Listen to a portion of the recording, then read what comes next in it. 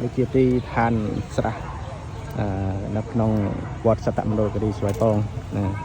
ស្រះហ្នឹងធំចង់ធំជាងវិហារទៀតណាចង់ធំជាងវិហារទៀតស្រះនេះអានេះកន្លែងនេះដើមពោយូរឆ្នាំហ្នឹងដើមពោហ្នឹងដូចថាសម័យដើមពោហើយសម័យ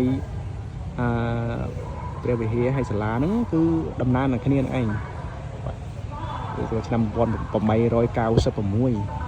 វត្តហ្នឹងដែលបានកសាងឡើងឆ្នាំ1896ហើយកន្លែងនេះពោជនីយដ្ឋានទឹកដែលសាងសង់ថ្មីហ្នឹងទេទៅបាន1ឆ្នាំឬ2ឆ្នាំថា2ឆ្នាំហ្នឹងឯងពោជនីយដ្ឋានហើយខាងនោះកត់គឺកត់ពីដើមខាងកត់គេហៅថាកត់ចំការដូងដុំនេះគឺសម្បូរដោយដូងច្រើនមែនទែនឥឡូវ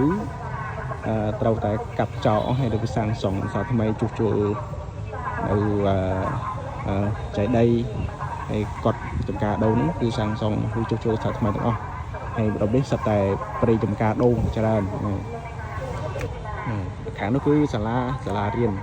របស់ចូលមើលដល់ក្នុងពោជនីយដ្ឋានបន្តិចណាថាក្នុងនោះមានអីខ្លះពោជនីយដ្ឋានកន្លែងព្រះអង្គត្រាស់ដឹងខាងនេះព្រះអង្គត្រាស់ដឹងហើយនេះព្រះអង្គប្រោសបញ្ចវគិហើយនេះព្រះអង្គទទួលនៅមគ្គបាយ័សរបស់នាងសុជាតាហើយខាងស្ដាំនេះគឺកន្លែងព្រះអង្គប្រសូតព្រះអង្គព្រះនិព្វានកន្លែងពោជនីយដ្ឋាននេះមានប៉ុណ្ណេះឯងតែសាងសង់ថ្មីដោយការដឹកនាំរបស់លោកគ្រូចៅអធិការព្រមទាំងលោកគ្រូសូត្រទាំងអស់ខាងនេះគឺមើលពីទិសខាងត្បូងឃើញស្រះហើយនឹងវិហារកំពុងតែសាងសង់ហើយសាលាហោត្រៃ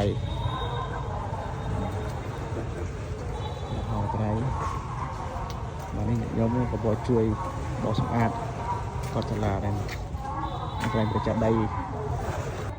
ពីកត់ចំការដូង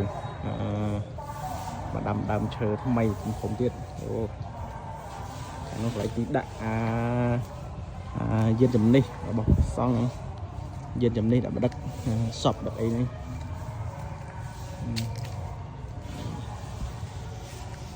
ទីលាននៅក្នុងវត្ត